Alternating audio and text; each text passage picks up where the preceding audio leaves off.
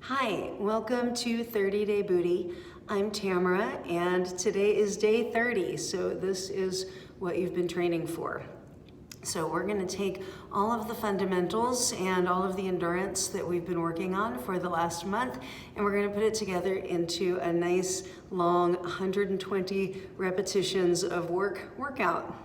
So you can do this with body weight and you will feel it, you'll know you're working. I'm going to add a little bit of weight. I'm going to hold my 22-pound kettlebell and just make good choices. Have fun. Let's let this be a celebration of all our good hard work. All right, let's get going.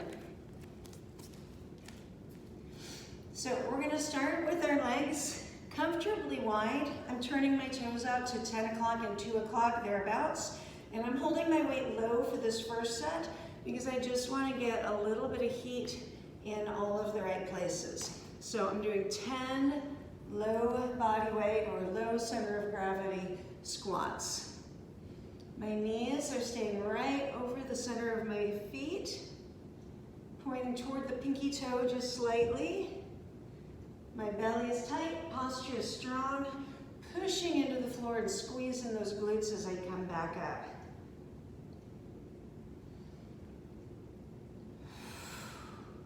Exhaling, lifting from the pelvic floor, lifting from the belly button, and trying to keep my shoulders nice and relaxed. I'm going to do 2 more and call that 10. Feels pretty good so far. Now, I'm going to hold my weight a little bit higher. If you don't have any weight in your hand and you want to take a slightly higher center of gravity, you can put your hands on your shoulders or back behind your head, and that's going to serve the same purpose as holding the weight at chest height. It's going to keep your chest a little bit higher. It's going to give you that higher center of gravity, which asks more of your abdominals. And it just feels a little harder. It's going to get that blood pressure up just a little bit more. If that's too much, opt back down. It's okay. You're going to feel like you got a workout at the end of this.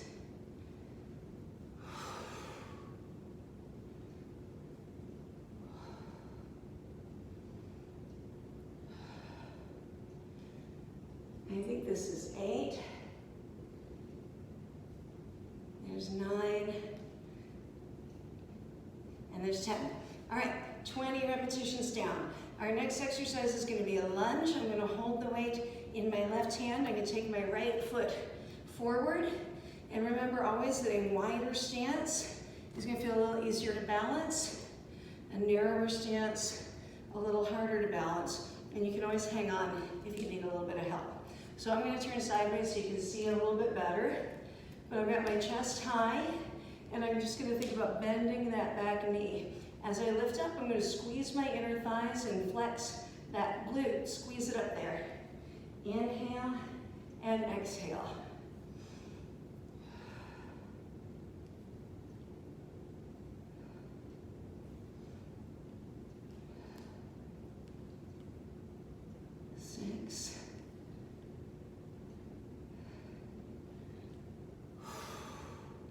Feels pretty good. It's simple.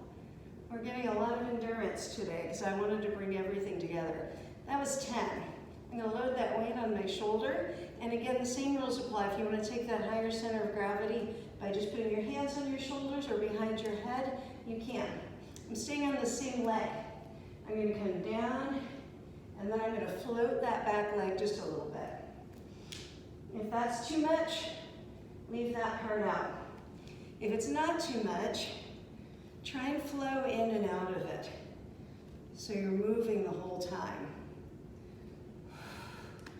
Lots of belly, lots of booty.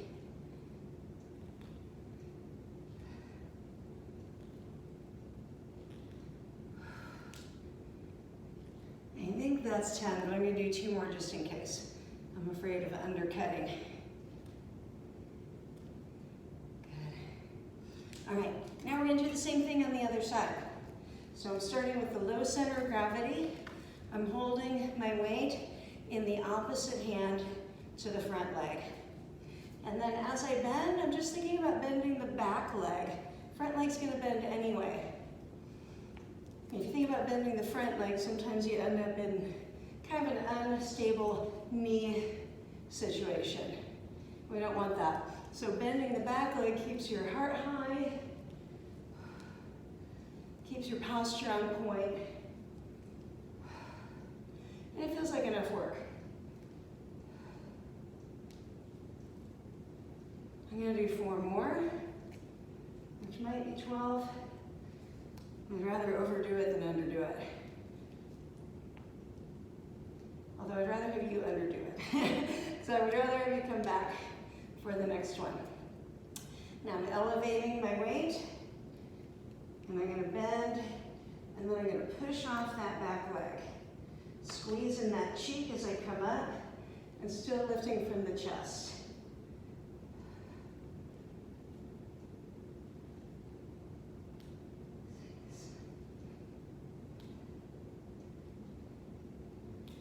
8.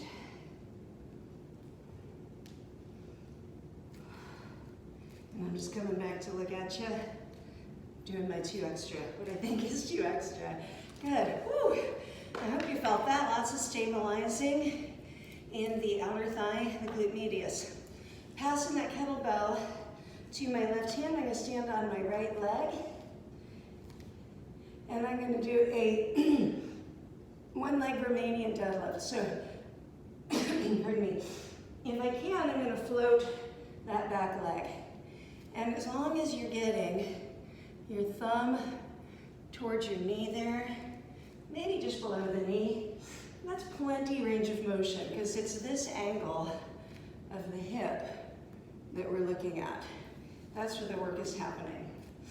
If you have flexibility and you like to go a little bit lower and get a little bit more lift, you absolutely can.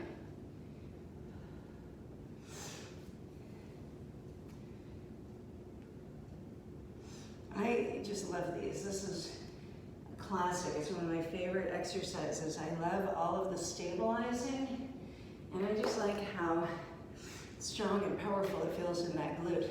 By keeping the knee a little bit sidelined, you get that good feeling of isolation, although you're never really isolating a muscle. I'm going to do 1 more just in case. Now, I'm going to stay on that same leg, but I'm putting the kettlebell in the other hand. So I'm on my right leg, and I'm holding the kettlebell in my right hand. And this time, as I come down, I'm going to let that left hip rise up. And then as I come up, I'm going to take that hip and point it forward. So this hip point gets a little traveling, a little bit of roundness. Open and close. And I'm just trying to keep my hand out of the way, but you can counterbalance with that arm. You can try to keep that toe on the floor and still just move that hip around. You can put the weight down if you need to, but in a weird way, the weight's helping with the balance. It pulls you slowly down, that low center of gravity. It's just that you have to lift the weight, which makes that part a little harder. I'm going to do 5 more of these. Opening the hip and closing the hip. The leg I'm standing on has a slightly soft knee, and I'm using a lot of abdominals. I feel this quite a bit in my abdominals and my lower back. Not in a sharp, stabby way, but in a, we're working really hard to stabilize this motion kind of way. I'm sure that was way more than 10. Now, I'm going to keep the weight in that hand because I'm moving to the left leg now.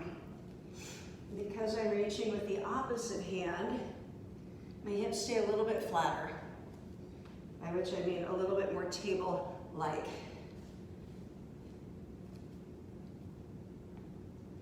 You can take as long of a break as you need to in between sets.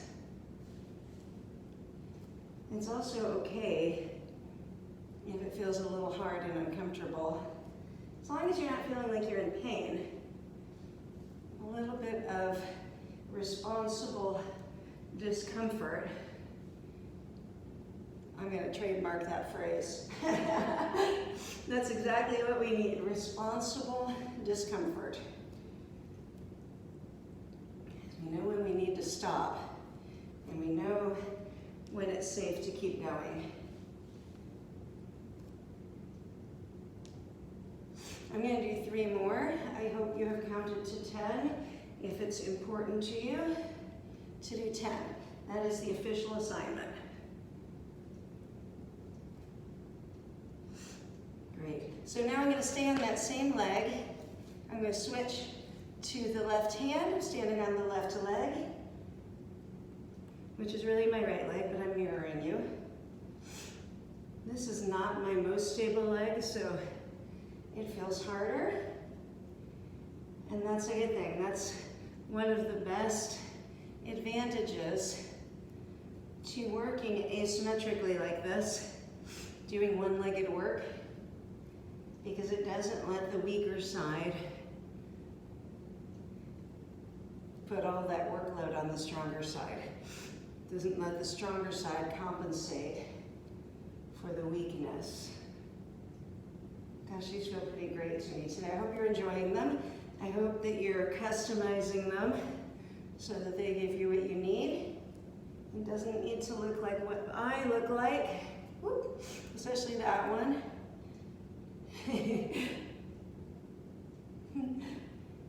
I'm gonna do 3 more. That was probably like 100 reps. I just want to keep doing them. But I won't. That was 100 reps, guys. I promised you 120. So I'm gonna lie down on the floor. I'm actually just gonna readjust my camera just a little bit, and then I'm gonna come down to the floor. So the last 20 repetitions, we're gonna do some shoulder bridges. So your feet are as close to your hips as you can comfortably get them. Shouldn't feel like a stretch, but we don't want them way out there. I'm gonna hold the weight right at my hip crease. Pull my belly in nice and tight. I'm gonna move my barrette a little bit, and I'm gonna push my whole foot into the floor, squeeze my glutes to lift up. As I lift, I might find my knees feel like flaring out a little bit, but I'm gonna go ahead and snuggle them back up toward one another.